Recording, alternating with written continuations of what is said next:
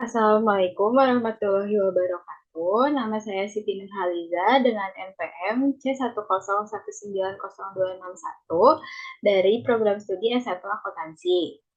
Di sini saya akan menjelaskan tentang rencana penelitian saya dengan judul Pengaruh Kinerja Keuangan terhadap Harga Saham Perbankan yang listing di Bursa Efek Indonesia.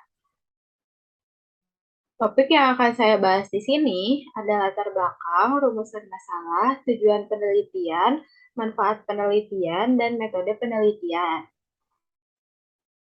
Yang pertama, saya akan membahas tentang latar belakang. Perkembangan perekonomian suatu negara sangat ditentukan oleh kondisi perbankan di negara tersebut. Perbankan adalah segala sesuatu yang menyangkut tentang bank, mencakup kelembagaan, kegiatan usaha, serta cara proses dalam melaksanakan kegiatan usahanya. Bank merupakan suatu lembaga yang berperan sebagai perantara keuangan atau financial intermediary antara pihak-pihak yang memiliki dana dengan pihak-pihak yang memerlukan dana, serta sebagai lembaga yang berfungsi memperlancar aliran lalu lintas pembayaran. Bank yang sebagai lembaga intermediasi antara pihak-pihak yang memerlukan dana dengan pihak-pihak yang memiliki dana. Apa sih? Apalagi Mau baca. kata juga sih kate. Ya deh. Ada.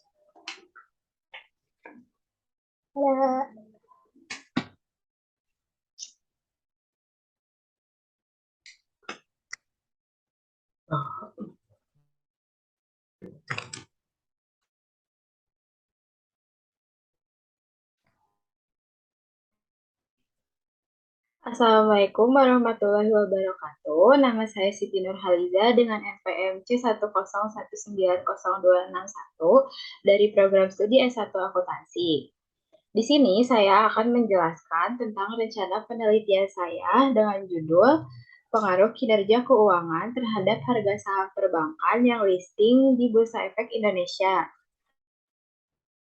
Topik yang akan saya bahas yang pertama adalah latar belakang, lalu rumusan masalah, yang ketiga tujuan penelitian, lalu manfaat penelitian, dan metode penelitian. Yang pertama, saya akan menjelaskan tentang latar belakang. Perkembangan perekonomian suatu negara sangat ditentukan oleh kondisi perbankan di negara tersebut. Perbankan adalah segala sesuatu yang menyangkut tentang bank, mencakup kelembagaan, kegiatan usaha, serta cara proses dalam melaksanakan kegiatan usahanya. Bank merupakan suatu lembaga yang berperan sebagai perantara keuangan atau financial intermediary antara pihak-pihak yang memiliki dana dengan pihak-pihak yang membutuhkan dana, serta sebagai lembaga yang berfungsi memperlancar aliran lalu lintas pembayaran. Daripada itu, karena bank yang sebagai lembaga intermediary antara pihak-pihak yang memiliki dana dan pihak-pihak yang memerlukan dana, maka diperlukan bank dengan kinerja keuangan yang sehat, serta fungsi intermediary dapat berjalan lancar. Lalu, agar bank dapat melaksanakan fungsinya dengan baik, maka indikator yang diperlukan untuk mengukur tingkat kesehatan bank melalui penilaian faktor kapital, aset quality, manajemen, earning, dan liquidity yang disebut dengan KAMEL, sebagaimana diatur oleh regulator dalam hal ini Otoritas Jasa Keuangan. Lalu, bank yang semakin tumbuh dan berkembang tentu membutuhkan modal yang semakin besar untuk mendukung ekspansinya maupun untuk memenuhi ketentuan regulator atau Otoritas Jasa Keuangan.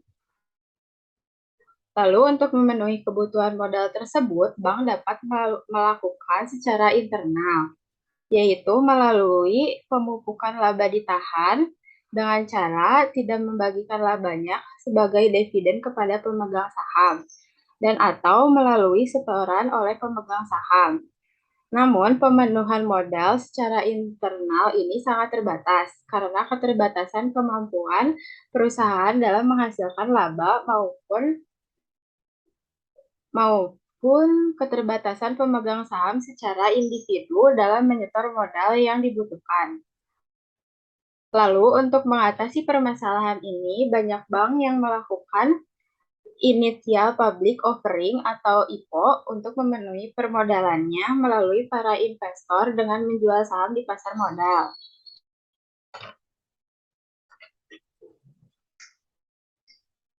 Namun demikian, untuk dapat terjadinya investasi oleh investor pada perusahaan, maka dibutuhkan ketersediaan informasi keuangan maupun non-keuangan yang bersifat simetris dan dapat diakses oleh semua pihak yang berkepentingan.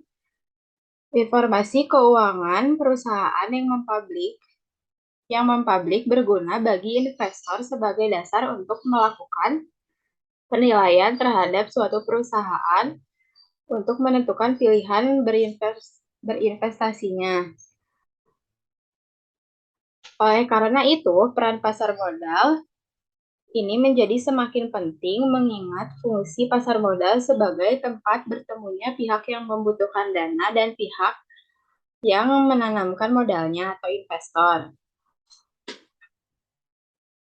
Kinerja perbankan dapat diukur dengan menggunakan beberapa indikator, yaitu permodalan yang diukur dengan Capital Adequacy Ratio atau CAR, lalu kualitas activity produksi yang dapat diukur dengan Non-Performing Loan atau NPL, lalu likuiditas yang dapat diukur dengan Loan to Deposit Ratio atau LDR, dan laba atau rentabilitas yang dapat diukur dengan rasio return on asset atau ROA.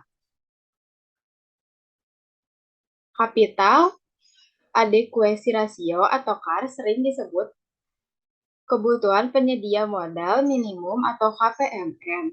Sesuai dengan ketentuan Bank Indonesia, dikatakan sehat apabila bank memiliki rasio CAR atau KPMM minimal 8%. Selanjutnya, non-performing loan atau NPL mencerminkan kinerja bank dalam penyaluran kredit. Semakin tinggi rasio NPL mencerminkan kinerja penyaluran kredit tidak baik, sehingga kredit bermasalah bank menjadi cukup tinggi. Selanjutnya, loan to deposit ratio atau LDR, yaitu perbandingan antara kredit yang digunakan dengan dana pihak ketiga yang dihimpun oleh bank. Contohnya seperti giro, tabungan, dan deposito.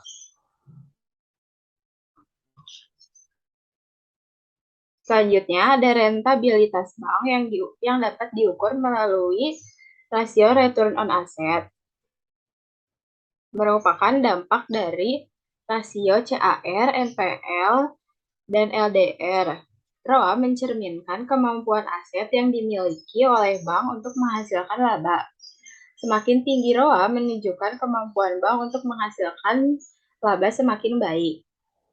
Selanjutnya ada return on asset, yaitu rasio yang memaparkan hasil atau return aset aktiva yang dimanfaatkan perusahaan.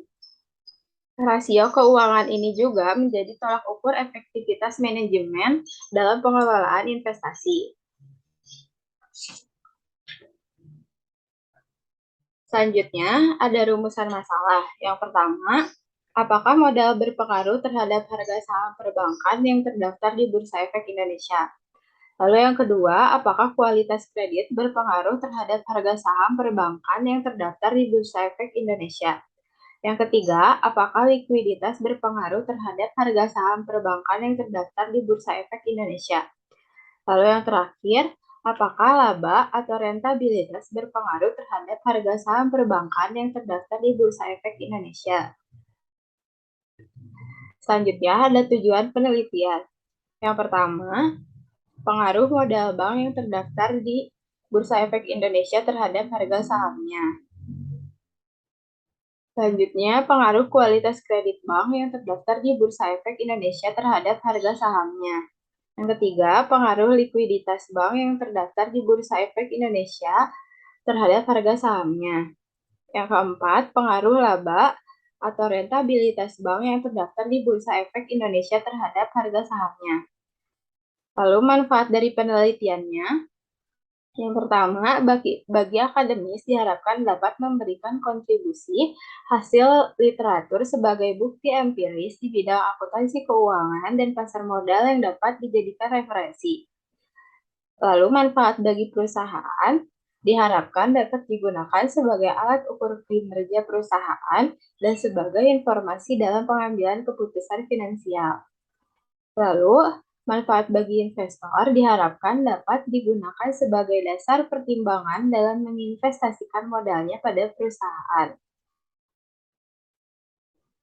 Selanjutnya, ada metode penelitian.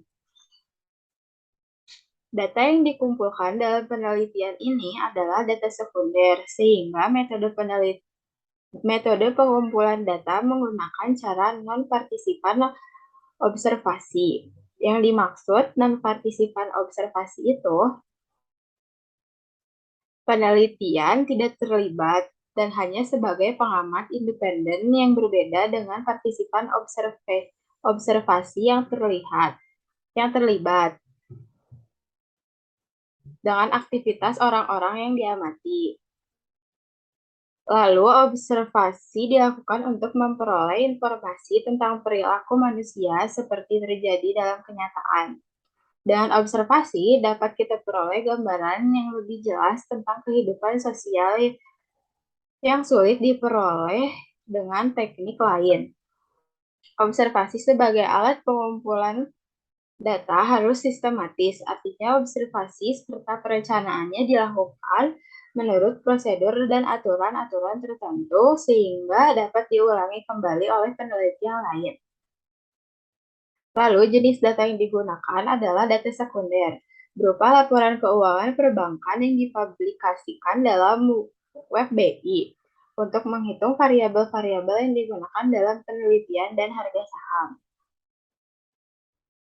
Sekian penjelasan dari rencana penelitian saya. Mohon maaf jika ada kesalahan. Wassalamualaikum warahmatullahi wabarakatuh.